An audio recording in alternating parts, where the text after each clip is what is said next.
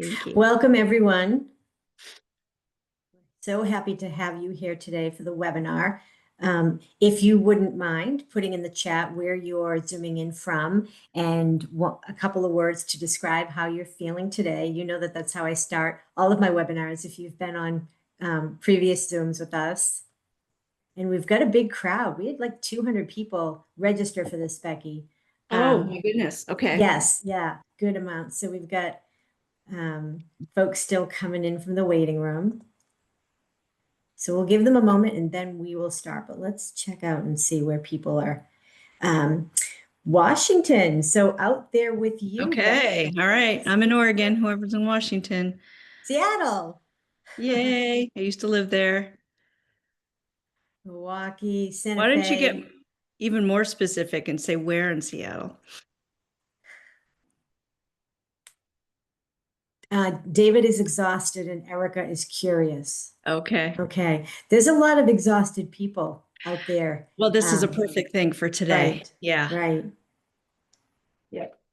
Okay. Sacramento, Green Lake, Seattle. Oh, okay, great. Yeah, Right Green near the Lake, lake. Yep. Seattle. Right. I used to live in Okay. Alki and Ravenna Let's and see all sorts of here. places. Okay, we've got, all right, so I'm going to start up. Again, welcome everyone for being here today. We're so happy to have you. Um, I am going to, so today where our webinar is Unlock Your Career and Life Potential with Positive Intelligence with Becky Farone. And before she starts the webinar, I'm just going to talk about a few housekeeping rules and talk a little bit about Tufts Alumni Career Services. We have several goals in Alumni Career Services. We present programs like this, including webinars and networking events. And, we're really getting out there across the country and around the world. So please remember to check out the Alumni and Friends calendar, and I'll put a link to that in the chat in a moment. Our second goal is to foster connections between alumni and students. Third, we like to, provide high quality professional development programs like this one with Becky. But also we like to work together with our campus partner, the Tufts University College's Center for Professional and Workforce Impact. I'll throw a link in the chat to the University College. You can check out their programs there. And lastly, alums should check out their school's career center. So each of the professional schools has their own career services office.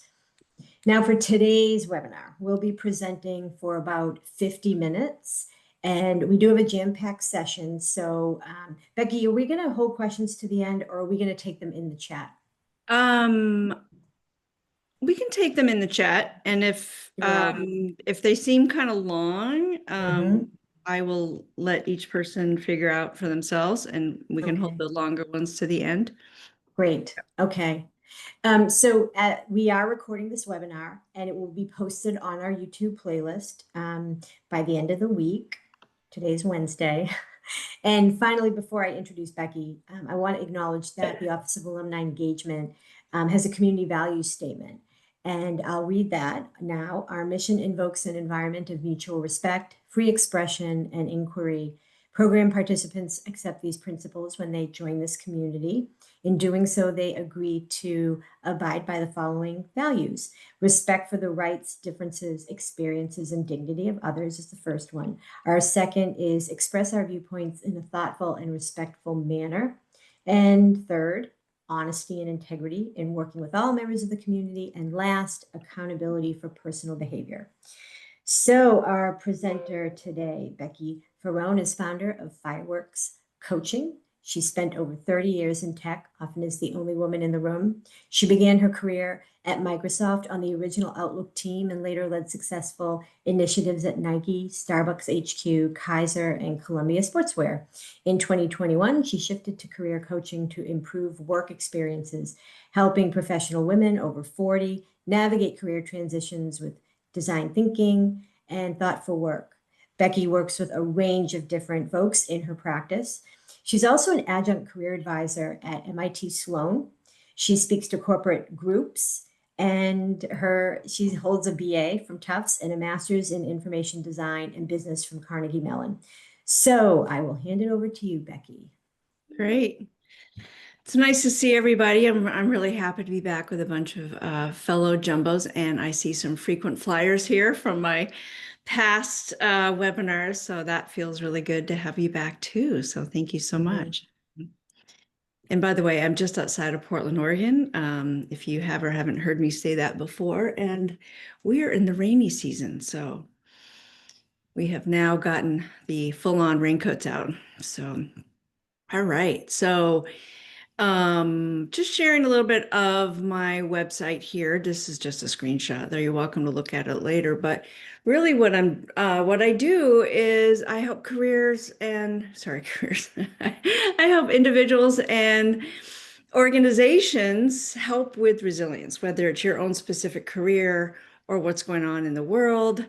There's so many transitions and changes and layoffs. I know many of you have been impacted by that, and I'm so sorry. I know what that's like. And I've been honored to work with so many jumbos so far already one-to-one. And I also, like I said, work with organizations to help them navigate these critical moments of change. Really helping, I really love working with analytical types, move from uncertainty and self-doubt to grounded, confident action. And when I say leaders, I mean all of us. Whether you manage dozens of people at work or nobody, the work is the same. You need to get out of this overthinking swirl, stop abandoning yourself, and lead with clarity and confidence. And that's really what this topic is today, around positive intelligence and how we can do that. So there is so much change. I realized I first gave a version of this talk almost a year ago, last November. It would have been a week after the election, and the rate of change has just skyrocketed. So I'm hoping that what we talk about today is helpful to all of us. So a little bit here around what some folks say about working with me. And two of these folks are from Tufts. I don't know if you can see the names, but Melanie and Amanda. And I help people really trust themselves. Particularly women over 40. I do not restrict myself to only working with women or only over 40, but that seems to be a period in our lives where you kind of look around and say, what is going on? What the what, as Liz Lemon would say from that TV show. But a lot of what's happening is to get there, to feel like you can trust yourself, is quieting these negative or anxious thoughts or voices in our head. You may have heard me tell this story, but I've updated it a little bit. One of my really main purposes or reason I do this work is because of a period in my life of 5 years when it took me that long to finally go to grad school. And I used to say I spent 80,000, but that was a long time ago. So it was probably more like 160,000. But I felt stuck, just so stuck over that 5 year period. I was trying all sorts of things. Maybe I tried some of the sage powers that we're going to talk about in a minute, but not all of them. So I really spent so much of this time, and what you'll soon learn is saboteur mode. Fight, flight, sometimes freeze or fawn. You've heard about all these things, but from stress, but none of those help us when we're trying to make a big decision or get a new job or resolve something with a partner or raise kids. So that's a big reason why I want to present this work to all of you. Okay, so what we're doing today, here's our agenda. And we're going to understand what positive intelligence is. We're going to talk through the saboteurs. The SAGE mindset is, along with some daily practices called PQ reps, are the antidote for being in this difficult place of mind. And then we'll do some conclusion and Q&A. And then I also have a couple giveaways for all of you today. So if you take nothing but what's on the slide away with you today, I want you to decide who to listen to, whether that's in your own mind or not. And I'm going to tell you how, and I'm going to tell you why. So, and in a time period where we probably feel like we don't have a whole lot of control in our worlds, this presentation will talk about some things that you do have control over. All right, this is particular. I don't know, it looks like very Halloween-y to me, this slide, but these voices should sound familiar to a lot of us, right? You're no good, nobody likes you, you're fat, that's mostly women, but not only women. But we are all spending so much energy in our heads thinking primarily negative things, not all the time, But you'd be surprised if you were to do that exercise where you put like an elastic band on your wrist and snap it every time you're saying something negative to yourself, your wrist would hurt and quickly. So, where do they come from? What kind of damage do they cause? Does anybody want to share anything about your own experiences with dealing with these voices? You can put it in chat. You can come off mute and speak up. You don't have to. It's early. I don't see anyone yet, but That's I'll let fine. you know. Okay. People are No thinking quickly worries. on this one. Oh, here Oh, we I have. don't. Here's one. Okay, from Lisa. I actually can see the chat a little bit, but I still will rely on you, Nicole. Thank you. Yeah, so Yeah. Lisa says, I don't get to focus on what really matters. And Annalisa says, I resonate with the not feeling good enough. Yeah. And not feeling good enough. I think most of those voices are some variant of that. Mm, Um, and I do have another presentation where I particularly talk about how women can speak up, and there's some real societal pressure and history on that one in particular for women, but it is not mm, restricted to women. yeah. We're all impacted by this. Okay, I don't do well in interviews because I don't trust or believe in myself. Well, hopefully after today, you'll have some tools for that. Mm-hmm. All right, let's get into what is positive intelligence. So you may or may not have heard of this. Some of the things I'm going to talk about today are going to sound somewhat familiar because all these concepts of mindfulness or other sort of things are actually all brought together by this author, Shirzad Chamine. And he wrote this book, and it's based on quite a bit of research showing how mental fitness can improve performance and well-being by shifting your brain activity from the survive region, which is responsible for stress and negative emotions, to the thrive region, promoting calm creativity and empathy.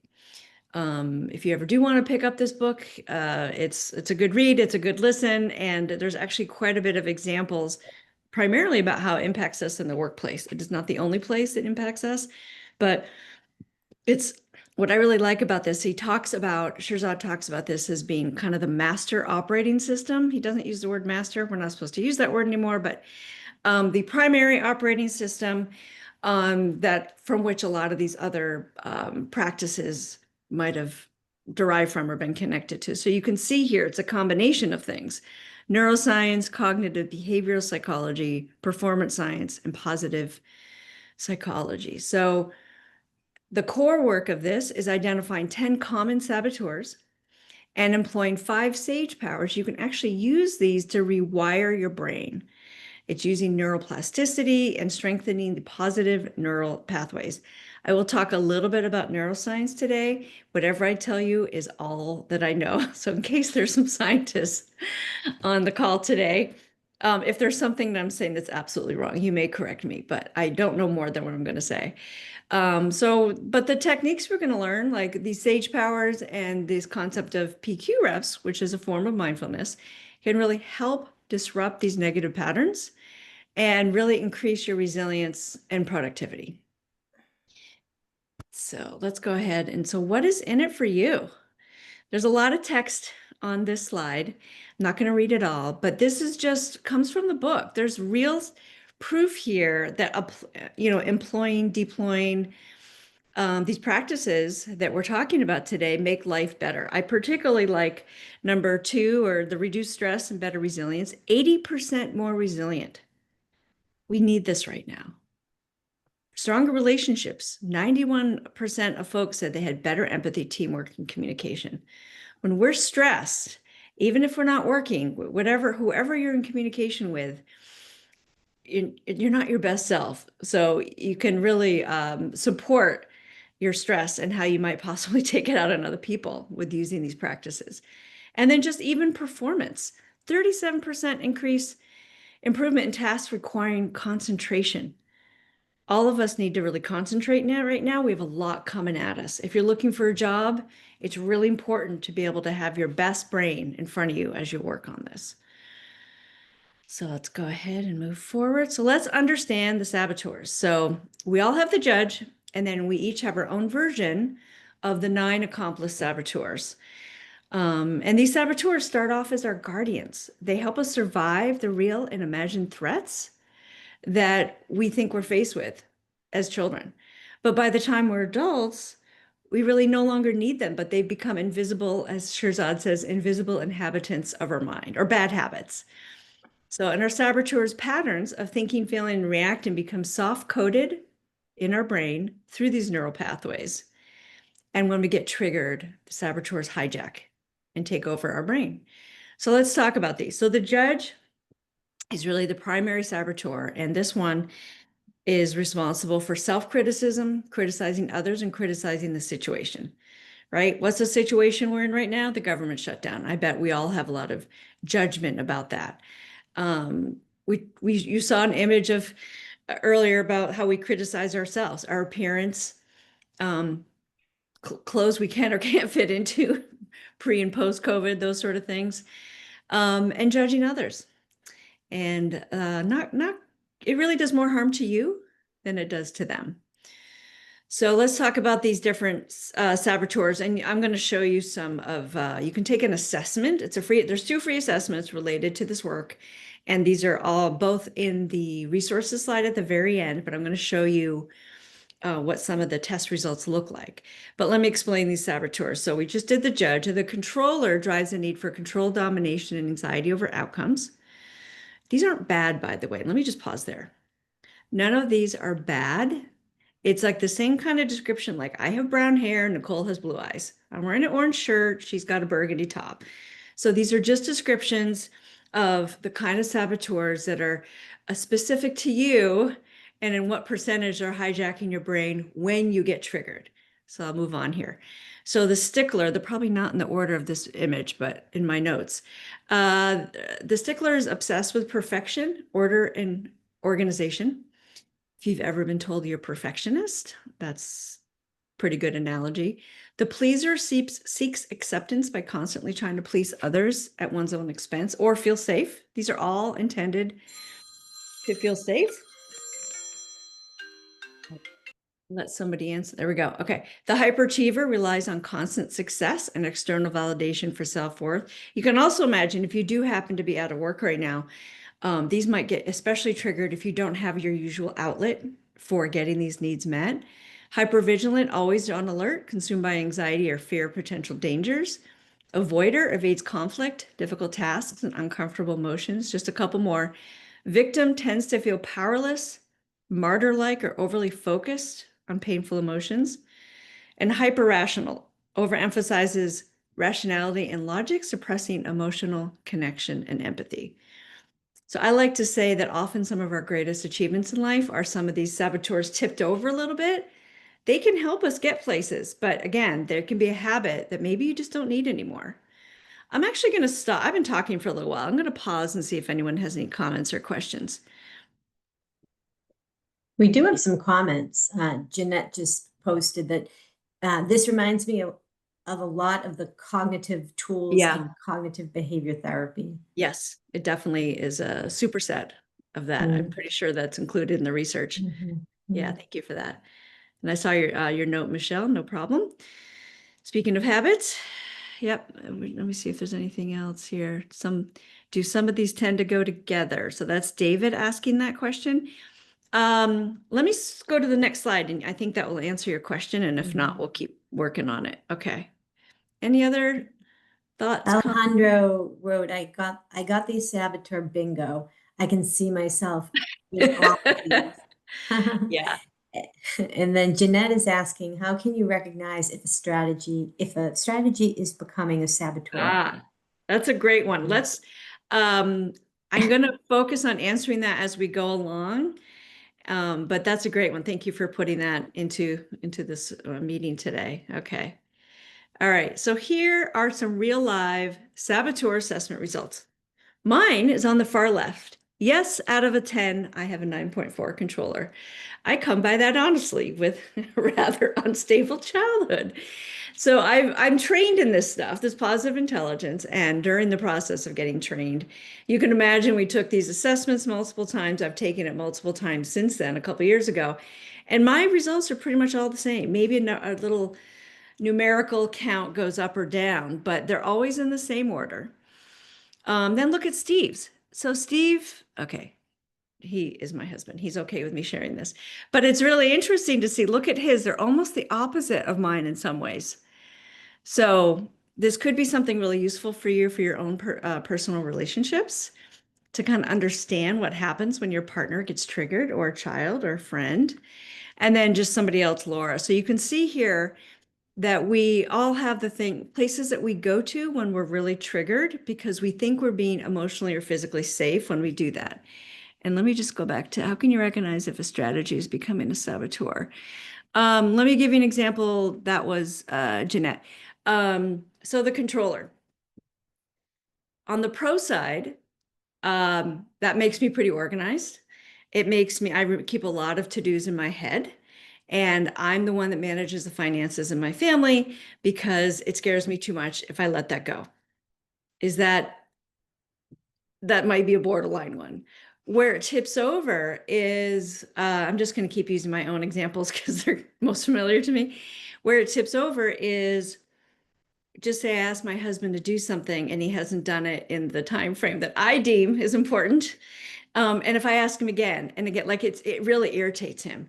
This might seem kind of like a mild thing, but you can extrapolate that too. If I'm trying to control other people versus just my own environment, that has gone over into a saboteur place. That has gone over into, I'm probably experiencing some underlying stress or anxiety that probably has nothing to do with the other person or the other situation. So does that help, Jeanette? You can come off mute if you want to, or just post something in the chat. Yes, okay, great. So you guys can do your own version of this. Again, there's nothing wrong with you or me or anything for having that high of a number. They're all going to be individual results and related to your own life experiences. So here's the second assessment called the PQ quotient. So PQ is what Shirzad is his shorthand for positive intelligence. And this one represents the ratio of time that your mind is serving you in that sage brain versus sabotaging you in the saboteur brain. So the higher scores really indicate a stronger mental fitness, again, nothing wrong with you, and a greater ability to maintain positivity during really tough times. In the book, if you happen to read it, you'll see that the target is 75, and there's no expectation that you're positive and perfect all the time. And so you can see here, people have different scores. So you can take this. By the way, I use this with my coaching clients. This is one of the very first things we do, along with values work, identifying your top 3 to 5 values. We do positive intelligence work, and we take a look at it together. And a lot of times people aren't fully aware that these things have been driving them for a long time. And by things, I mean saboteurs. So I just did a conclusion session with a client last week, and this is one of the things that really stuck with her so that she can, have the self-management tools as she goes through some very challenging things, including a cross-country move. So, all right. So let's talk about the judge. Mindfulness seems key. That's very true. And then who says, describe me with my husband, Michelle? It's hard not to be wanting to control things when the world seems really chaotic and out of control. I would just like to acknowledge that. So, okay, the judge. We talked about the judge. We all got the judge. Our judge wants to judge ourselves, others in the situation. And what can be really helpful is starting to identify it. What entity is it? A lot of my clients call their judge Judge Judy. That's an easy one. This is a picture of Miranda Priestley from The Devil Wears Prada. That's kind of my own version of that. Sometimes I have my clients do some writing exercises about, how do you know your judge has shown up, right? Do you hear anything different? Do you say different words? Does your judge remind you of anybody? More than one client has told me their judge kind of comes to them in the form of a parent or a bully from a younger period in your life. And when a lot of times things that people say to us, particularly when we're younger, they get stuck and they become our inner voice, not like our own voice. So the more that you can call out your judge every time it shows up, it really decreases its influence because the judge isn't really your core self. And that's a power, it's something you have complete power over. So Interesting to take this assessment. Yes. So Jeanette, I was going to say that. Interesting to take this assessment during different mood periods. I actually recommend to my clients that they take, so a lot of them end up doing it on the weekends because like, oh yeah, I got to do my coaching homework. I actually recommend you take it midweek. It's going to be more accurate. And particularly the PQ assessment, the PQ quotient, I have people take that at different times throughout our coaching together to see if anything has shifted for them. It's okay if it doesn't, but you're absolutely right that the circumstances within which you take the assessment could make a difference. So let's move on to the SAGEs. I've been talking about the SAGEs for a while. This is what positive intelligence calls the part of your brain that is actually doing the most to help you. So we've already talked about how the saboteurs tied to the fight or flight response, and here's where the neuroscience comes in. That activity is centered around your amygdala, which is a part of your brain. I think it's on the side, I'm not sure, but this is a part that stores all of your stress and fears. In fact, it can store things that you didn't even remember. I actually learned that from my own therapist. So there, you could be reacting to things using the saboteur part of your brain and not even realizing like, oh, I'm afraid of dogs because when I was 3, the neighbor had a big dog and it really scared me, that sort of thing. So it's really important to know other ways that you can shift your brain. So and they were helpful, right? All these things were helpful when our survival was really at stake. Like even going back to the time of the tigers in the bush. We don't have literal tigers in the bush anymore. We do have them on the internet. That's another story. But the sage brain is really where you're calm, open-minded, and solution-focused. You're able to see a challenge as an opportunity instead of a threat. And so this mindset allows you to feel more positive and connect better with other people and really think creatively under stress. So again, if you're looking for work or you're experiencing something challenging at your job or in your family, you need your full brain capacity to figure out how to deal with it. So let's talk about how to do that. This is another one of those, if you remember nothing else, you could remember this concept of the 3 gifts. So what we want to do when you're in the saboteur mode, you're stressed out about something, you're saying mean things to yourself. I have this bad habit of chastising myself for not going to the gym all the time. Instead, I could pause. By the way, it only takes 10 seconds to intercept these saboteur voices, according to the research. And if you think about what are 3 gifts that this seemingly horrible situation that you're in has possibly given you. Going back to the job layoff, maybe you hated your boss. All right, now you're away from that person. Maybe you've always wanted to go back to school and now you have an opportunity to do that. Going back to maybe some of the personal stuff, maybe your friend bowed out of a trip you've been planning forever and you're pissed at your friend and you're pissed at yourself.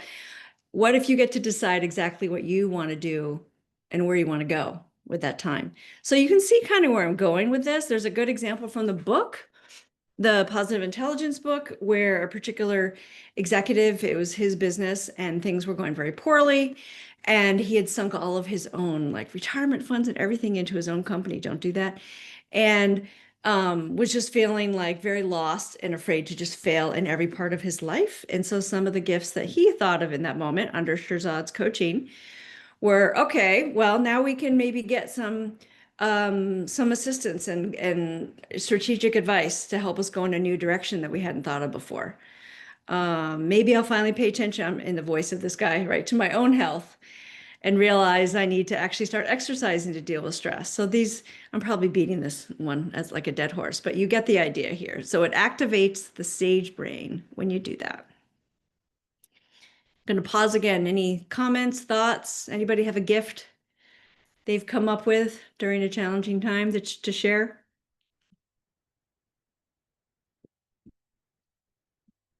I had somebody when we did this last year who was an actor speak up at this point, and she said that when she doesn't get a part, what she tells herself is that she's being redirected by not getting that into something better. And I thought that was great. I've been thinking of the word redirect a lot in my own mind lately. Okay, so what are these sage powers? So these are the 5 ones. I have a slide for each of them, and we're going to try to go through them fairly quickly. But I wanted to give a little more detail because these are the tools that you can use. And this is not meant to be like, oh, I'm in a tough situation. First, I'm going to empathize. Then I'm going to, no, this is like a toolkit that you have at your disposal. You can combine them if you like. I'll give you an example in a minute, but you do not, it's whatever is the most useful to you in that moment.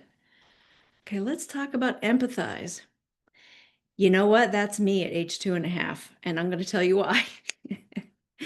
I'm wearing all of my clothes, everything I have, because I'm on the way to some neighbor's house because my brother's going to be born that day. And this is in Vermont, by the way.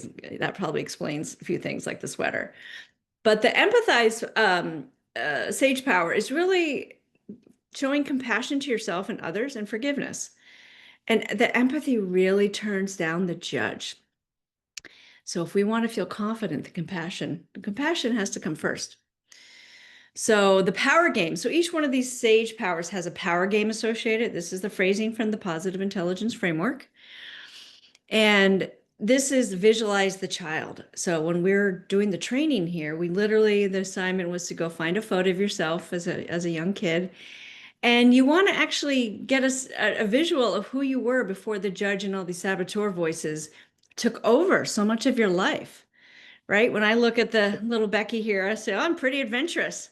I like clothes. I'm ready to go on a trip, so that kind of I'm curious. So that innate curiosity in particular is something that's always been core to me. But when I'm really stressed out and getting into that controller mode, I forget. So it's been really helpful for me to have this. I have it in my office right to my right here.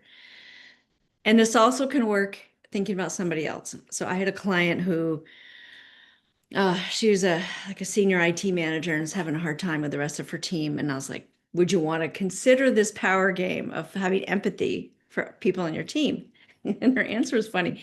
She said, no, but I will have empathy for the fact that all of us are parents and that when we leave work, we all have some of those same pressures. So I thought that was an interesting twist. It looks like Jeanette says the remindings when things fall apart. Yeah, Pima Chodron. Wise mind and often quiet. So there's a lot of overlap in wise teachings throughout the world for sure. And then Marcia said, when I'm nervous, like before a speech, I tell myself it's because it's important to me. That helps neutral. Okay, so that's going back to the gift. Thank you, Marcia. Yeah, because it's important to me. I felt some of that when I was preparing for today. Yes. And we got one more here. From Jeanette, when I'm anxious, the chatter never stops to the point where it's very difficult for me to focus on what is happening in the moment. Thank you for bringing that up. I wanted to mention, I also had read that when our saboteurs are in control, when the amygdala has hijacked the brain, I've actually heard that our vision narrows, our other senses kind of aren't as available to us. So can you imagine? What if you're in the car and you're driving after hearing some terrible news? Probably better to get off the road, but it's very true that these are physical impacts of stress, not just in our mind. All right, let's go to the second one. This is an ode to Jane Goodall, who left us recently, but the explore is discovering things, being curious, being open. What can you be fascinated by? So exploring replaces assumptions with information. This is a lot of the work I do with my clients as well, because I have people coming to me who have just been twisted in knots. I could do this, I could do this. I was going back to my own experience trying to decide for 5 years to go to grad school. 3 a.m, that's when those thoughts come up for many of us. So what if you get curious about this? And the power game here is the fascinated anthropologist. Observe your environment to discover what it simply is without attempting to judge, control, or modify the circumstances. I found this one particularly helpful when I was still a full-time employee, and I would be in one of those very long, all-day, meetings. We all had so many meetings, probably still do, but having a sense of like what's actually going on under the dynamics of the people in the room, not just as what is being said, was pretty helpful to me. Third one, innovate. So this is a way to get new perspectives. Again, when we're trying to make decisions, when we feel stuck, when we're watching things outside of our control in the world, And you got to come up with some new way to deal with them.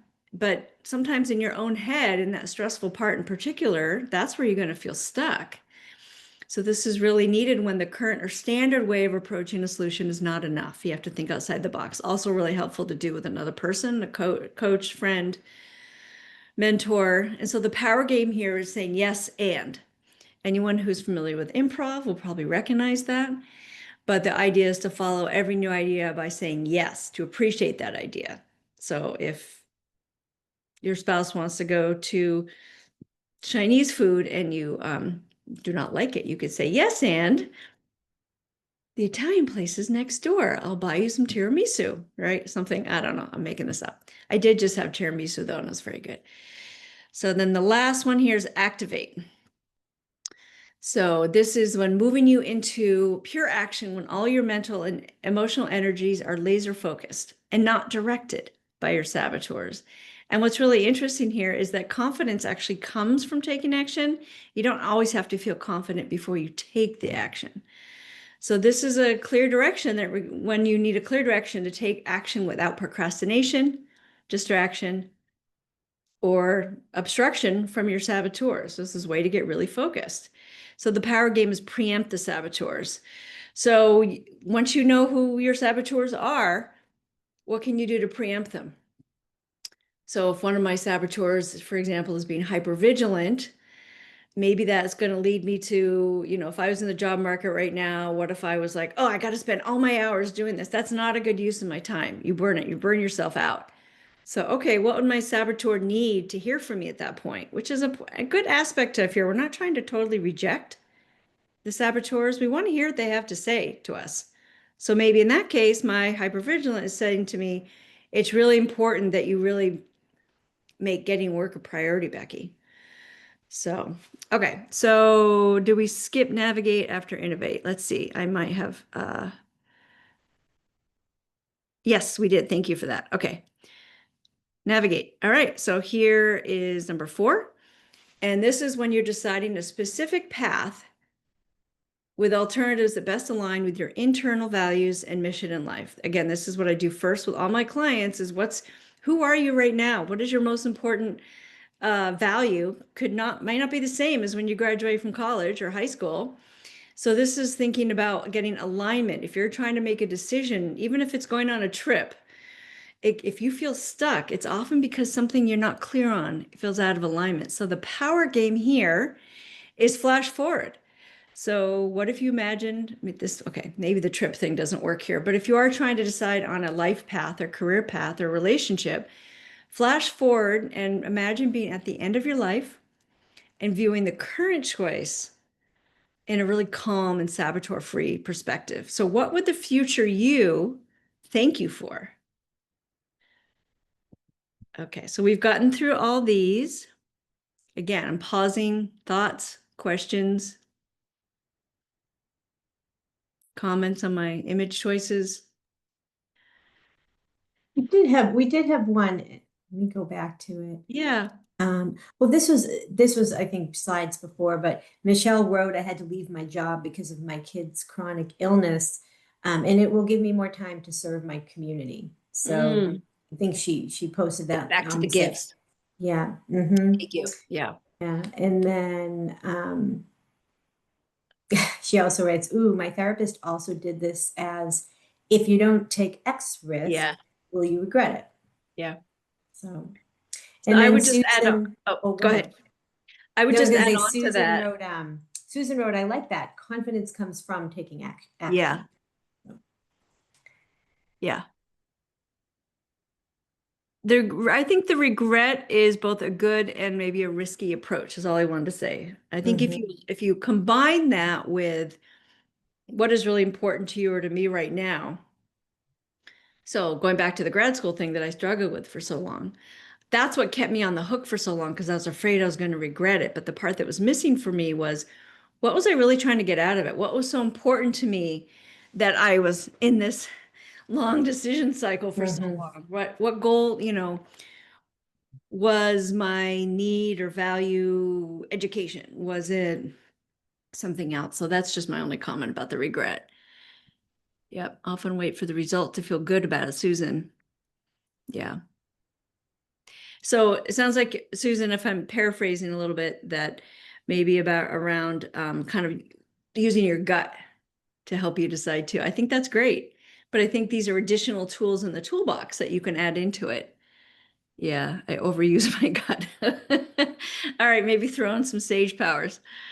I need to do one of the least. Okay. Ulrich says, I think when we have a need to do these things is when we have the least energy to do so.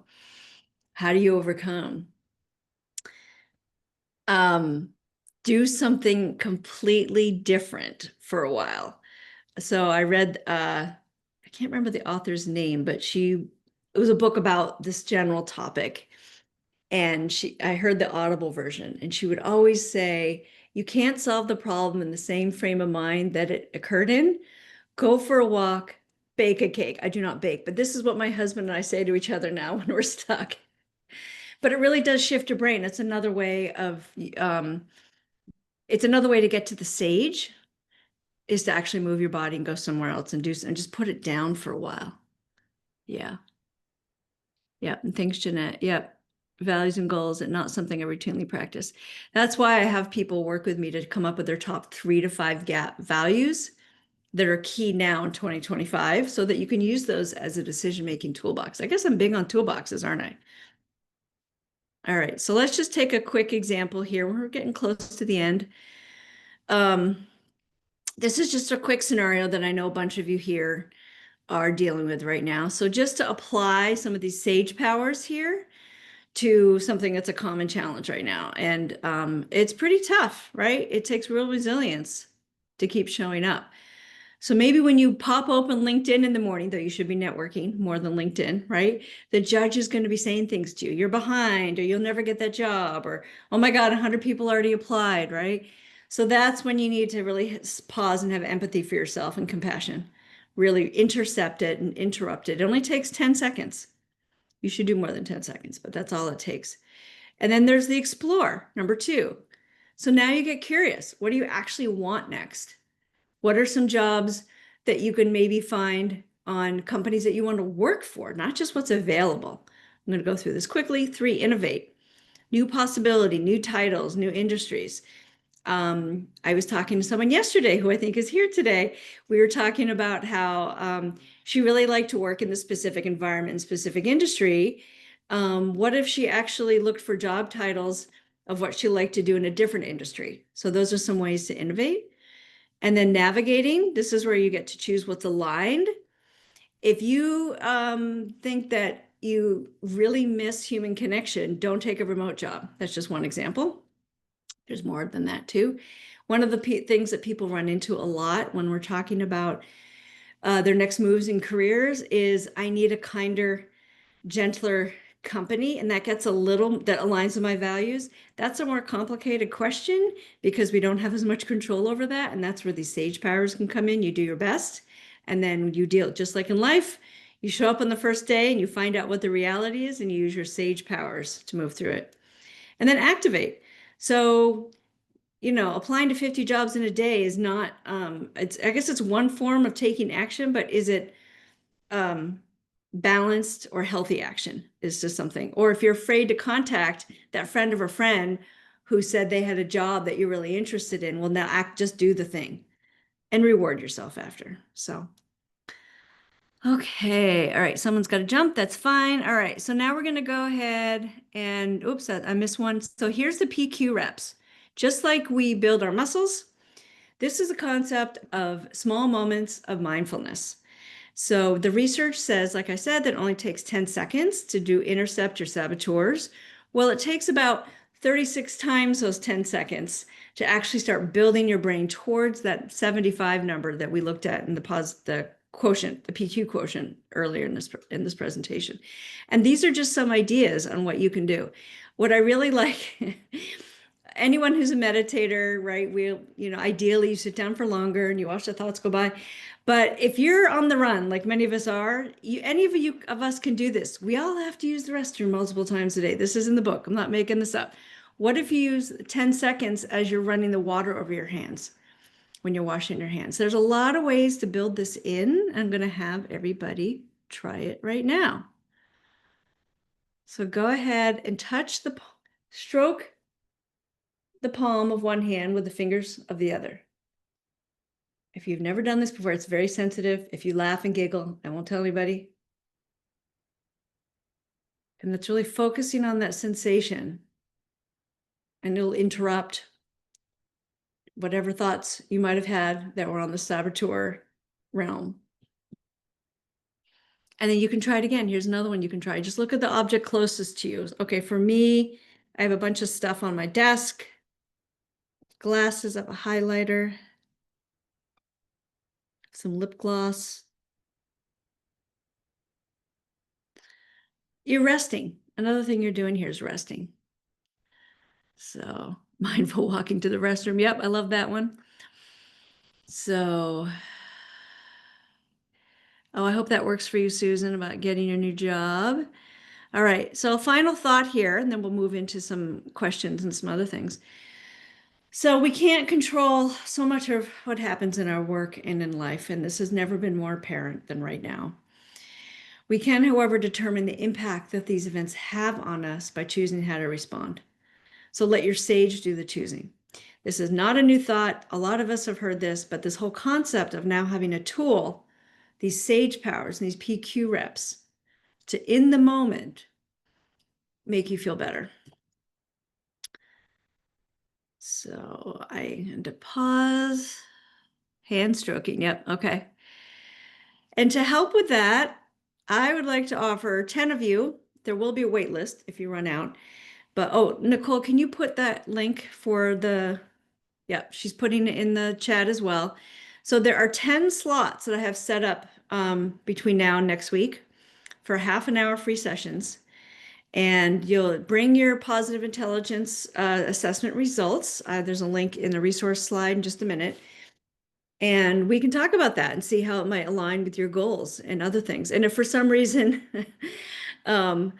I think of another resource or can't totally help you with something, I'd be happy to connect you with something else as well.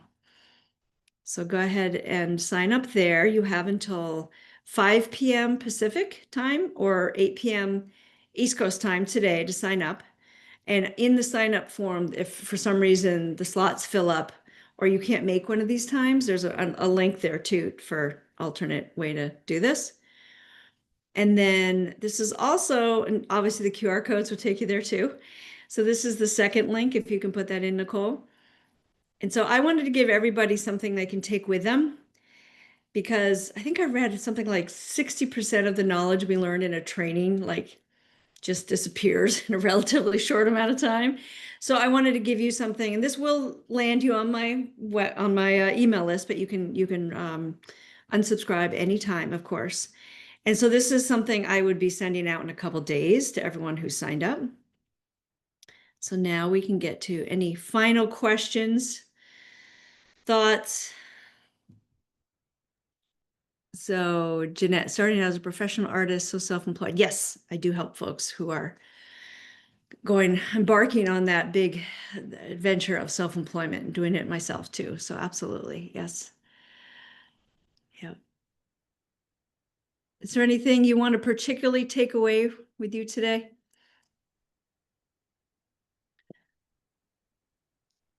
Yeah, Becky, can you remind us about the resources? And maybe this is oh yes, there you go. The saboteur assessment. Yep, it's the second one, and then there's a third one. So let's see. As a follow-up, I just realized I should have put the actual links here. I'm going to stop sharing for a second and I'll come back and let me just grab the links for this. Should have done that before, but I'll put both of those links. And I'll read some of the comments here. Michelle wrote, I love the Sage Saboteur mental model. And Evan writes, daily gratitude practice, exclamation point. Makes notes of what you appreciate and it drastically shifts mind state. He highly recommends that, or they highly recommend that. Jeanette is asking, does your book include graphic tools of these strategies? Are you talking about the handout? We'll see what she says. Yeah. Let me go back and share. So those are the links to the 2 assessments. Mhm. Yeah. Okay. And let's see. Marcia's asking, you said something about networking being more important than LinkedIn. I agree. Do you have any favorite recommendations for networking? That's a big question. I definitely have some tools about how to do it more strategically versus reacting. And by that, I mean, instead of saying, oh, who do I know at Google? Saying like, what kind of people do I want to meet at high tech companies who do the kind of role I want to do? So I actually have kind of a worksheet or spreadsheet around that. And then there's different types of networking. There's the, do I even want to do this job? There's the, hey, I'm interested in this industry. And there's the, oh, I identified exactly what I want to do. Who might know a hiring manager? That's just 3 types. Yeah. Visuals of know how, when to apply these different sage minds can be helpful. I don't know if I have something that detailed, Jeanette, but certainly I'll provide some details on what they are for your own toolbox. And in the descriptions, I said they actually needed when. There was a statement about needed when that will give you a rough idea about when to apply those. So I'll include those as well. I just put in the link Oh, to good. my website that Yeah. has networking advice and actually links to all of the different Tufts groups and online communities. I mean, we basically have Yes. 130,000 alumni out there in the world, and there are different chapters, regional chapters, but my page also has networking advice and how-tos at the very bottom. Yeah, that's great. And a lot of people, it's funny, because I do coach a lot of folks at MIT Sloan, I would say 95% of them are coming from out of the country. I don't know, that's not an actual number. But I hear this often. They'll say something like, oh, in the US, it seems like networking is so transactional. And so what I say to that is,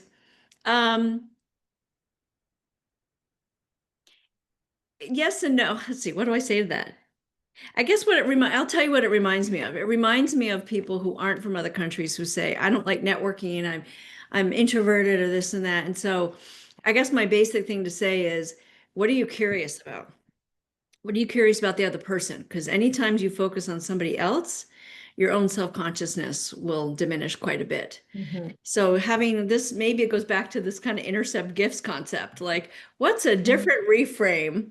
What am I going to get out of this? I'm going to hear like, hey, this person, I just talked to someone in real life who walked part of the El Camino in Spain and Portugal. Oh, wow. Oh, wow.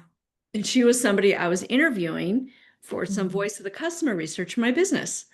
So, right, that took a certain amount of courage for me to reach out to someone I didn't know that well and, ask for something. And I heard this incredible story as part of that.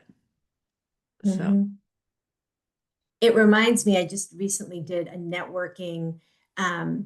speed networking workshop and facilitated the networking for some alumni journalists and students. oh, And they wow. get it. They get it. It's just about being curious, right? So I'm sure there were people who, were scared in the room, but I said, just be a Yeah. journalist. Like, what do you want to know? What are you curious Yeah, I about? love that. Yeah. So, and that goes back to the fascinated anthropologist, right?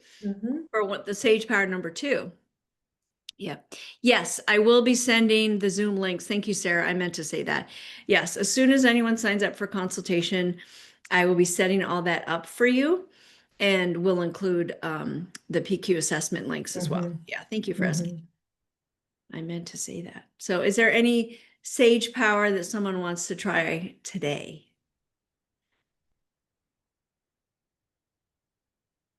Are you anyone gonna go find a picture of yourself as a kid wearing as many clothes as I was? You did make me think back to a specific moment in time that I need to go find a Okay. picture of. Yeah. Yep. That's great. Okay. Well, that is all I have. If anyone has any last minute question, oh, you're very welcome. So good to see everybody here.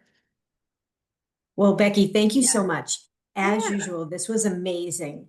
I really enjoy every time you present, you know, and I'm a career Thank coach, you.